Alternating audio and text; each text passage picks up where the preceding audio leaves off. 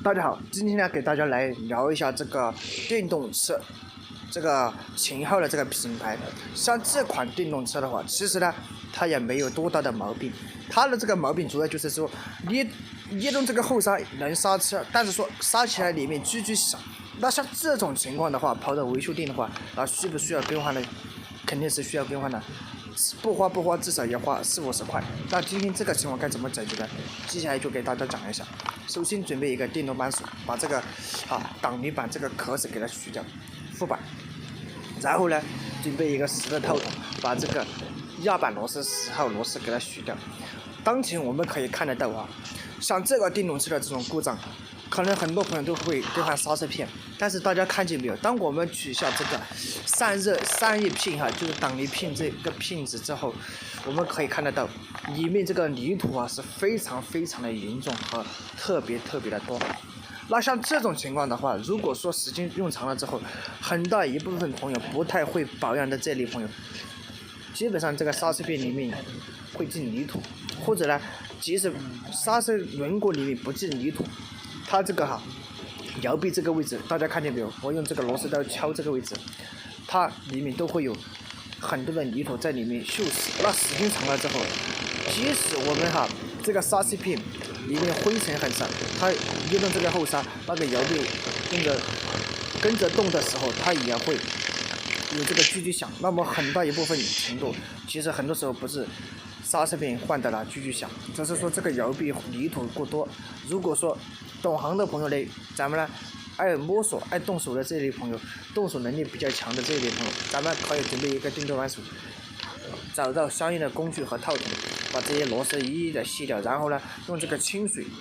给它洗净之后，咱们呢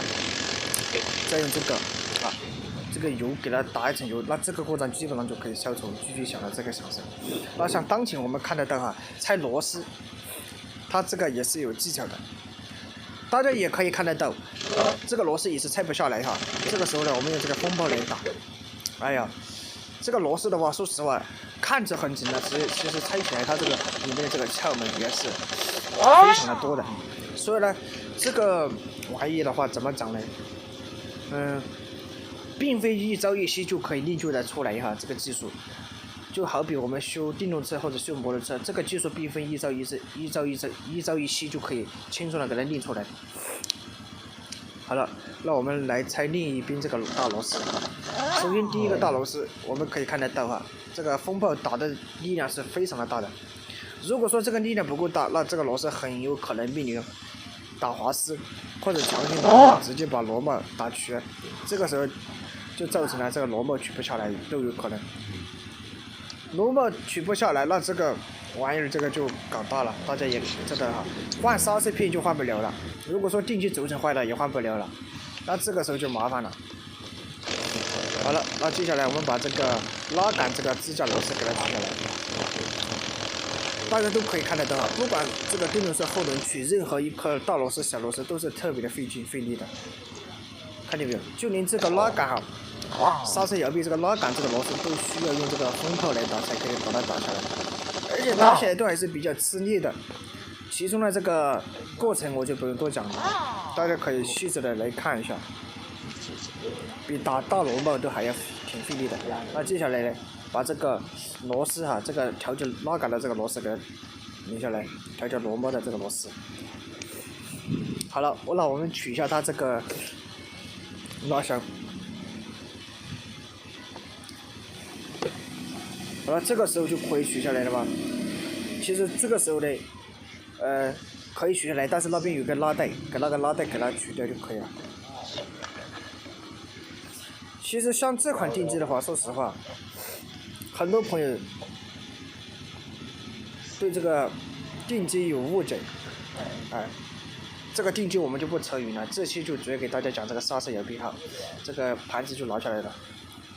如果大家遇到这种盘子拿不下来的话，就像我这样上下摇晃就可以把这个刹车盘轻松取下来。那这个刹车片有必要取下来吗？其实没有必要的。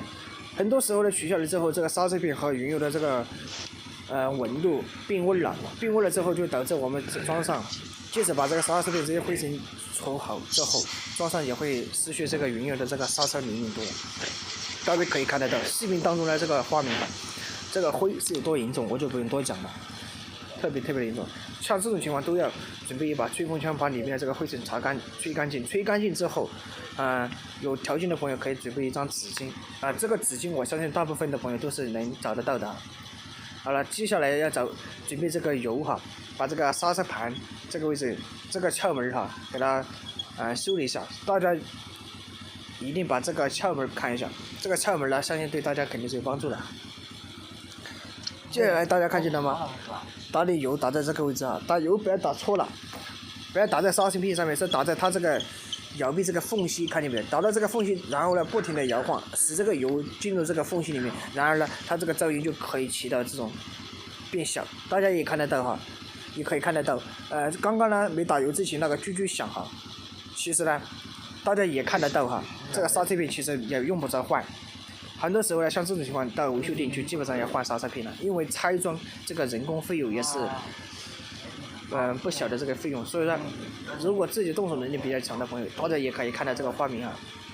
基本上呢就没有花什么东西，打点油就把这个噪音消除了，那这个时候刹车片装上的话也是继续能使用的。但是说摇臂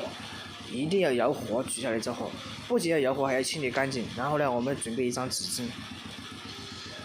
把里面擦，看见没？刚刚是用吹枪吹的，现在用这个纸巾都还能擦出一层灰，那这个足以看得到哈，这里面这个灰是有多严重哈。先不管这个泥土能不能进去，至少呢，咱们这个刹车片磨损到一定时间之后，如果你不定期清理或者保养的话，那么它里面的这个灰就会把这个轮毂拉伤。那么拉伤了之后，后果怎么样我就不用多讲了。好了，那接下来把这个刹车盘给它装上。刹车盘这个位置给它打点润滑油哈，方便下次取的时候或者安装的时候不至于取不下来或者爆死。好了，今天这个方法就给大家教到这里了。觉得实用的朋友呢，好，我们在屏幕下方点赞、关注、收藏、转发、点赞、关注一下，谢谢。